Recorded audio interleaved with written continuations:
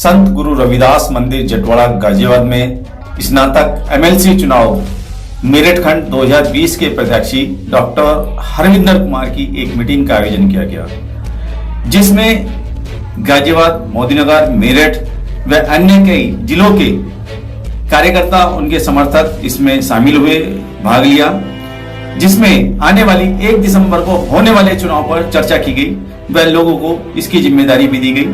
लोगों ने अपने विचार भी यहां रखे व साथ ये भी बताया कि इस चुनाव में मतदान प्रक्रिया क्या है। डॉक्टर हरविंदर कुमार एक सामाजिक व्यक्ति होने के चलते उन्हें युवाओं का भरपूर समर्थन मिल रहा है व जिले के युवा छात्र छात्राओं ने इस बार हरविंदर कुमार को अपना मत देकर स्नातक एमएलसी बनाने का संकल्प भी लिया है। इस सभा में या इस मीटिंग में अन्य जगह से आए हुए लोगों ने अपने अपने विचार रखे, जिसमें बालकराम बौद्ध व अन्य सामाजिक संस्थान के काफी सारे लोग इसमें इकट्ठा हुए। आइए देखते हैं ये विशेष रिपोर्ट गाजियाबाद से। प्रत्याशी डॉक्टर हरविंदर जी आएंगे और आपके सामने बात रखेंगे। उससे पहले मैं बोलता हूँ एक नंबर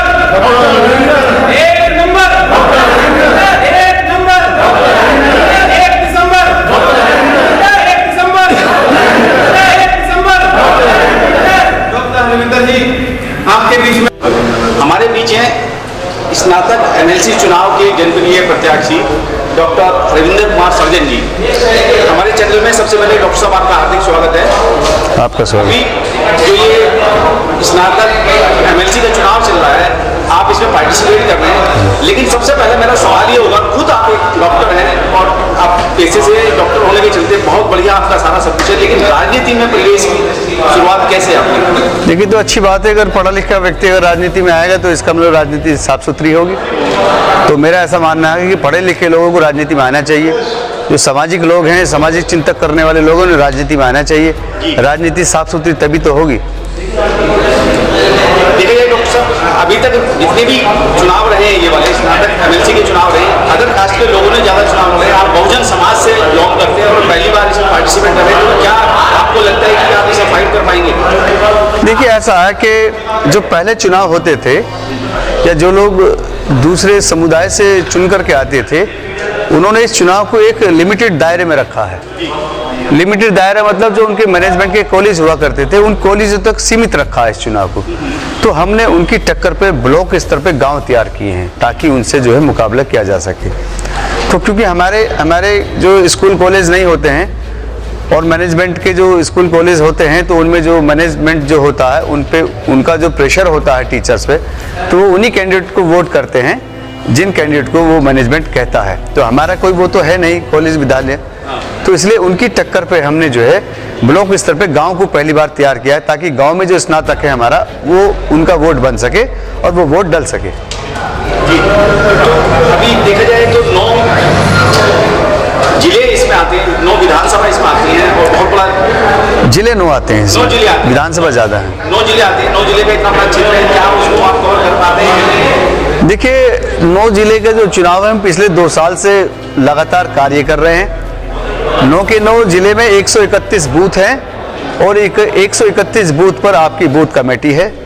हमने इसका स्ट्रक्चर खड़ा किया कि मंडल प्रभारी, जिला प्रभारी, ब्लॉक प्रभारी, गांव प्रभारी, ये हमारा बेसिक स्ट्रक्चर है जिससे हम फाइट करेंगे। तो अभी तक आप इसमें कहाँ तक सफल हो पाए? जो वोटर हैं अपने, कितनी वोटें आप अपने लिए बनवा पाए?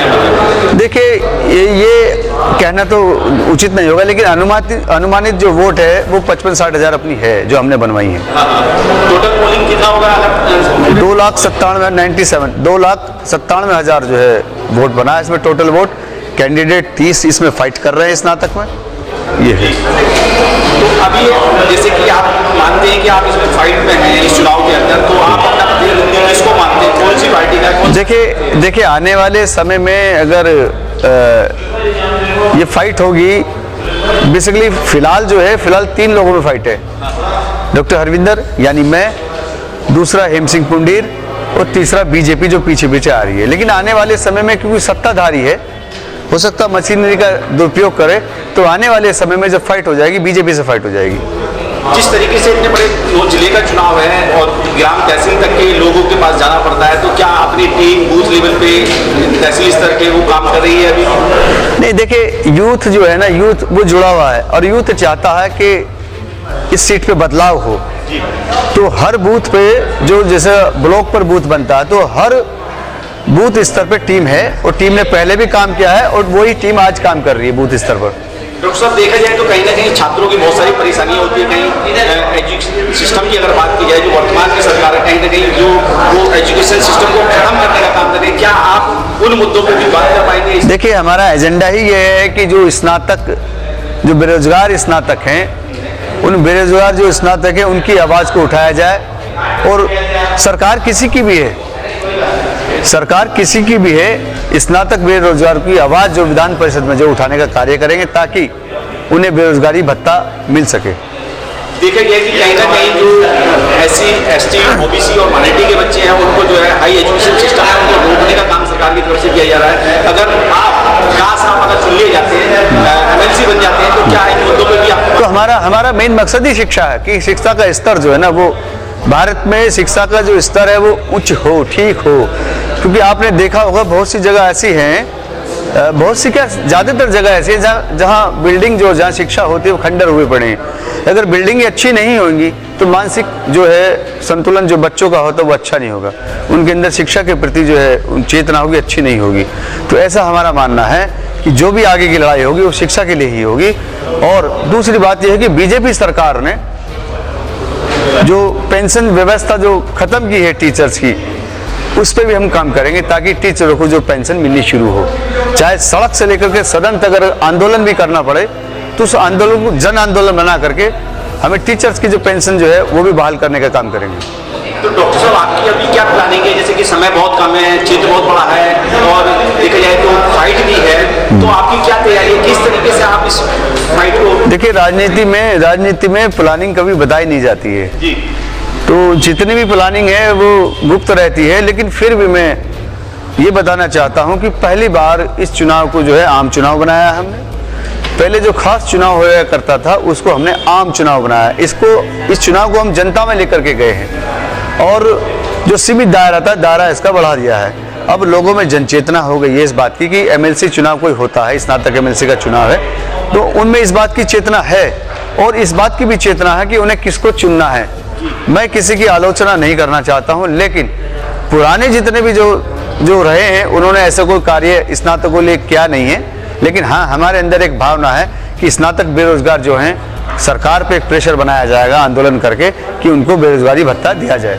अच्छा डॉक्टर साहब, एक और बहुत बड़ा प्रश्न है जो निकल के आ रहा है, वो ये है कि आप खुद एक बहुजन समाज को लीड करते हैं और काफ़ी समय से इस फील्ड पे काम भी कर रहे हैं पिछले 15 सालों से, लेकिन आपके सामने कुछ ऐसे कैंडिडेट भी हैं जो इसी समाज से आते हैं। क्या उनसे भी आप कुछ कम्प्रोमाइज़ कर पाएंगे या उनको समझा पाएंगे या उनको बता पाएंगे कि देखिए, कोशिश हमने पहले भी की है उन्हें समझाने की, ताकि एक होकर के लड़ें, संगठित होकर के लड़ें, क्योंकि बाबा साहब ने तो संगठित होने के लिए कहा है। तो हमने कोशिश अपनी तरफ से भी शुरू की है, लेकिन अब समाज के ऊपर है कि समाज को ये पहल करनी चाहिए कि सबको बिठा करके अगर कोई ऐसा रास्ता निकलता है तो एक व्यक्ति चुनाव लड़े तो और लड़ाई आसान हो जाती है। अच्छा डॉक्टर साहब, आखिरी में चलते चलते आखिरी सवाल है, अपने वोटरों से, सपोर्टरों से, अपने शुभचिंतकों से क्या कहना चाहेंगे इस वोट के लिए, जो एक वोट बहुत कीमती और महत्वपूर्ण है? देखिए, ये वोट बड़ी मेहनत से बनती है, सरकार का कोई इसमें योगदान नहीं होता है, तो जो लड़ रहे होते हैं वही इस वोट को बनाने का कार्य करते हैं। बड़ी मेहनत और टीम जो काम करती है, जो टीम बड़ी शिद्दत से वोट बनवाई गई है,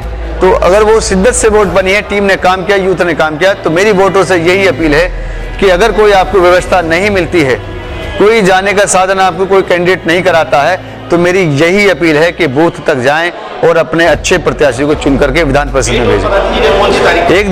1 दिसंबर को चुनाव होना है ये स्नातक MLC का, तो मेरी वोटों से यही अपील है कि एक अच्छे व्यक्ति को चुन करके विधान परिषद में भेजें ताकि आपकी आवाज बुलंद हो सके। चलिए, बहुत बहुत धन्यवाद।